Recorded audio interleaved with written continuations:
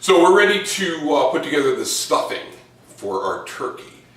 There are dozens of stuffing recipes. Every family has their own.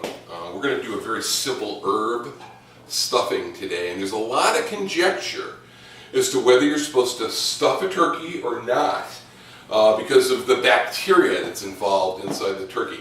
We're working on the premise that grandmothers for hundreds of years have basically stuffed their turkeys. And so we're going to do the same thing today. We're going to be stuffing. So we're going to start with bread. Discarded bread that has been left over from dinners. We chuck it in the freezer. We're going to start to cut it up and make the base for our stuffing.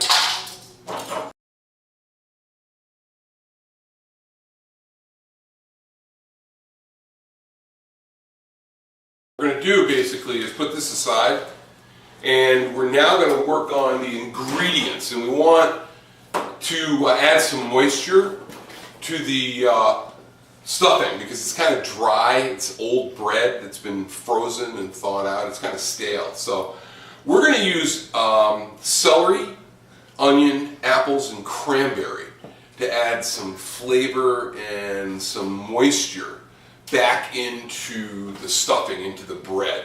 So we're going to get started on that. You want to do the apples? I'm going to take the cranberries and we'll start getting those ready.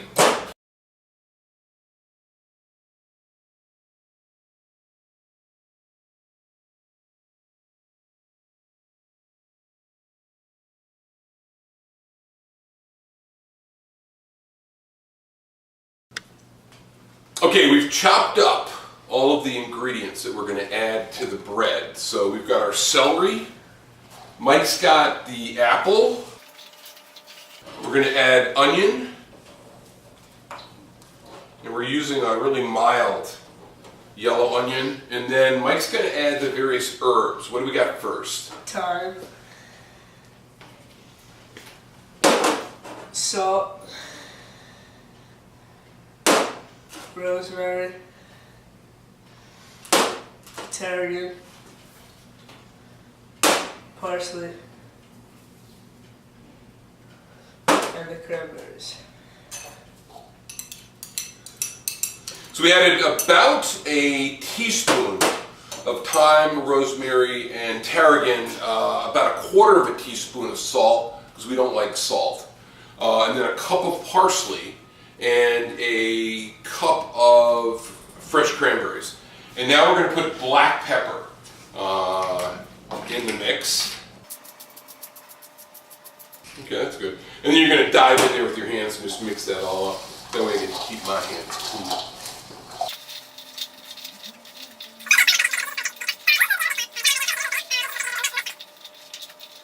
That's good. So now that we've got our stuffing prepared, we're going to stuff the turkey.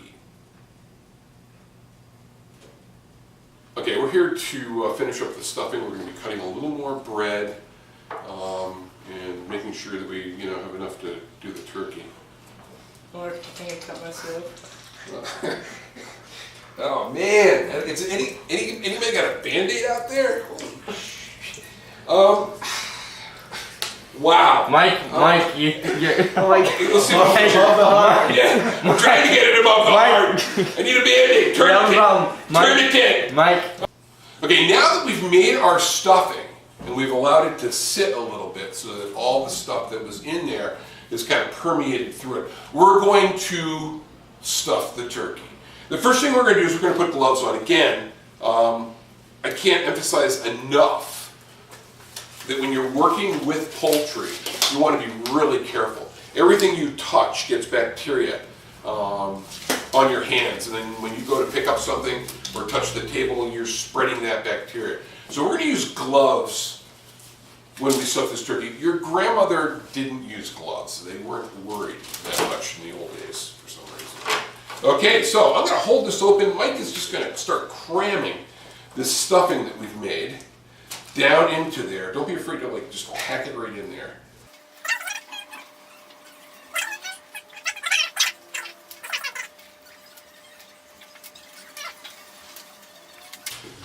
now that the turkey is stuffed, we're basically going to close up the front so that the stuffing doesn't come out, which is basically a question of tying off the drumsticks.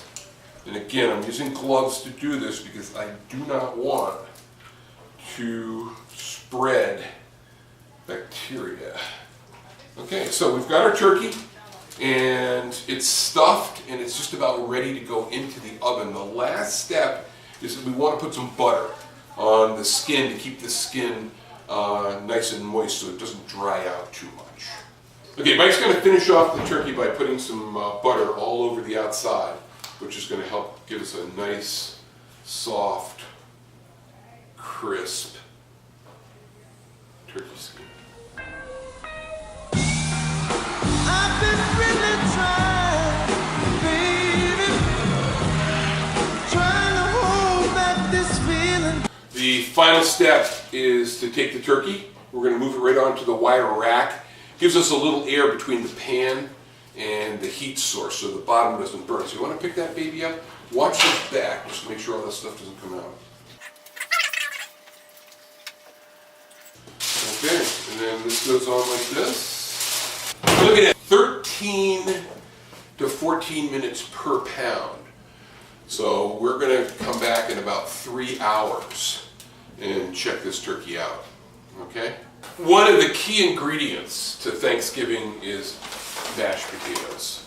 And when we buy potatoes at the Max, we get our potatoes from Ridge Road Farms up in New Milford, Connecticut, because they make what has to be one of the most gorgeous potatoes that you have ever seen. Now, we're going to do some potato peeling to start with, and then we're going to be giving you the secret ingredients. When you use a potato peeler, and maybe we should have done this when we were doing the stuffing, you always want to work away from yourself, okay? Keeping your fingers down so that you're taking nice little short, oops, things like that. So you guys are going to do these potatoes for me.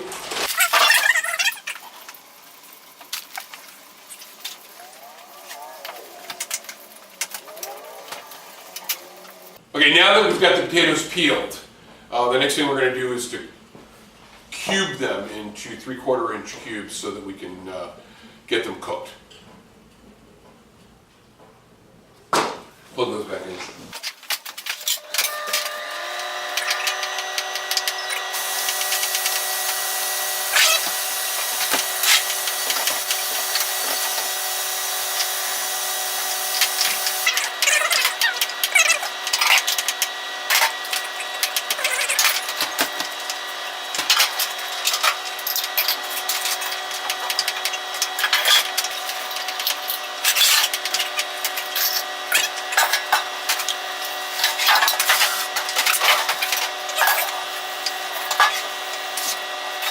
Our potatoes are done, and now we're basically going to make our mashed potatoes. So there's 2 key ingredients to mashed potatoes.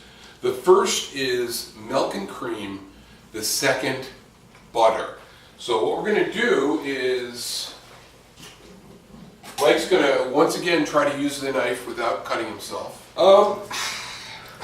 And we're going to cut up this block of butter and throw it in here, okay?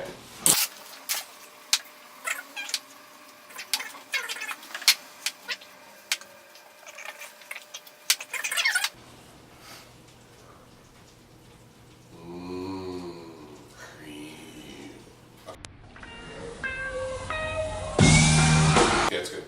And then let's take that masher and just go to town. Do a little mashing, yeah.